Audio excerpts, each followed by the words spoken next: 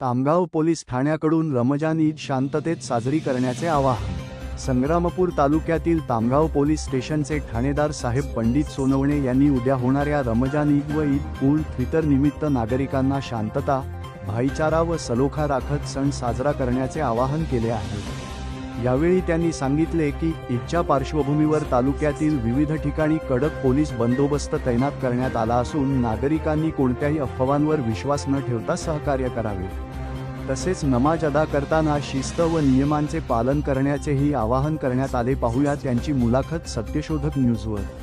तालुक्यामध्ये रमजान ईद उद्याची आहे आणि त्या संदर्भात आपण संग्रामपूर तालुक्यातील जनतेला काय आवाहन करणार आहे ईद निमित्त सर?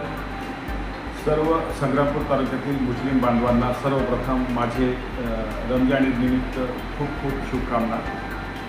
रमजान ईद साजरा करताना कोणीही कायदा व सुरक्षेचा प्रश्न निर्माण होईल अशा पद्धतीचं कृत्य करणार नाही. आपला सण शांततेत पार पाडतील. कोणत्याही अफवांवर विश्वास ठेवणार नाही. संग्रामपूर तालुक्यातील ज्या ज्या ठिकाणी नमाज पठण होणार आहे त्या ठिकाणी बुलढाणा पोलिसांतर्फे संग्रामपूर तामगाव पोलिसांमार्फत योग्य तो बंदोबस्त लावण्यात येणार आहे.